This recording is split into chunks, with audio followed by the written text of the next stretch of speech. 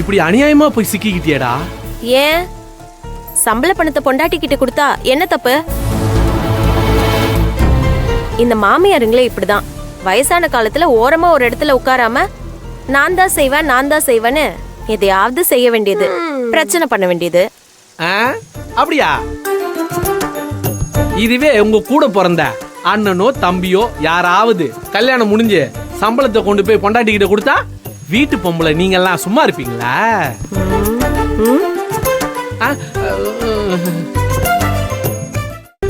ஐயோ எம்மா எம்மா எம்மா என் தங்கம் என்ன மன்னிச்சிருமா. ஏதோ உணர்ச்சி வசப்பட்டு பேசிட்டேன். நீங்கெல்லாம் பேசுறத பார்த்தா கல்யாண வாழ்க்கை கொஞ்சம் கடினமா தான் இருக்கும் போல இருக்கே. நான் கடைசி வரைக்கும் மொரட்டு சிங்கிளாவே இருந்துட வேண்டியதான் நினைக்கிறேன்.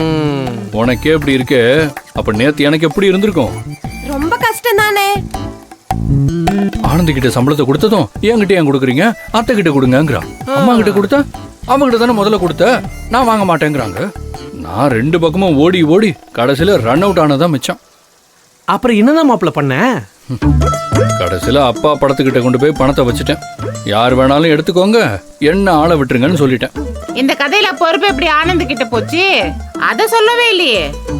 அடுத்த வீட்டு கதையை கேட்கறதுன்னா ஆர்வத்தை பாத்தியா மாப்பிள்ள? காசிப் பேசுறதே உஷா நிஷாவோட வேலை. என் முத்து, நம்ம அன்பு வீட்டு கதை தானே, அது காசிப்லாம் இல்ல, குடும்ப பிரச்சனை. நீ சொல்லு அன்பு. அது சரி. காலையில வரைக்கும் ரெண்டு பேருமே அப்பா படத்துக்கிட்ட இருக்கிற பணத்தை எடுக்கல. அச்சச்சோ. அப்புறம் நானும் யாழினியும் ஆனந்தி கிட்ட பேசி, அம்மா கோவத்துல இருக்காங்க, அதனால பணத்தை எடுக்க மாட்டாங்க, அவங்க சரியானதும் அம்மா கிட்டயே பொறுப்பை கொடுத்துடலாம், அது வரைக்கும் நீயே பாரு, நீ வீட்டு பொறுப்பை பாத்துக்கிட்டா அம்மாவுக்கு உன் மேல கொஞ்சம் பாசம் வரும், அப்படி இப்படின்னு என்னெல்லாமோ பேசி பொறுப்பா அவகிட்டயே ஒப்படைச்சிட்டோம். அதுக்கப்புறம் தான் அவ பணத்தையே எடுத்தா. அப்ப இனிமேல் அடிக்கடி ஆனந்தி பெர்மிஷன் போடுவான்னு சொல்லுங்க. அதுக்கெல்லாம் வாய்ப்பே இல்லை. அவ பெர்மிஷன் போட்டு வீட்லயே இருந்தா இந்த வேலையெல்லாம் யார் பாக்குறது? நீ பாப்பியா? ஏ முத்து, அந்த கேகேஎம்க்கு அனுப்ப வேண்டிய லோடு என்னாச்சு? அனுப்பியாச்சு மாப்பிள்ள.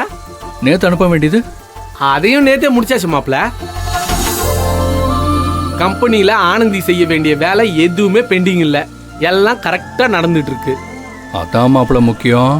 கம்பெனியில ஆனந்தி நல்ல பேர் வாங்கின மாதிரி வீட்டுல அவ்வளவு ஈஸியெல்லாம் அம்மா கிட்ட நல்ல பேர் வாங்க முடியாது.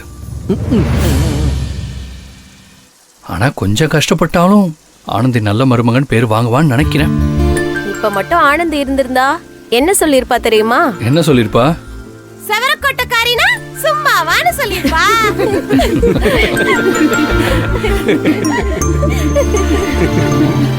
சரி, நான் வேற பேசி உங்க டயத்தை வேஸ்ட் பண்ணிட்டேன். எல்லாரும் வேலையை பாருங்க.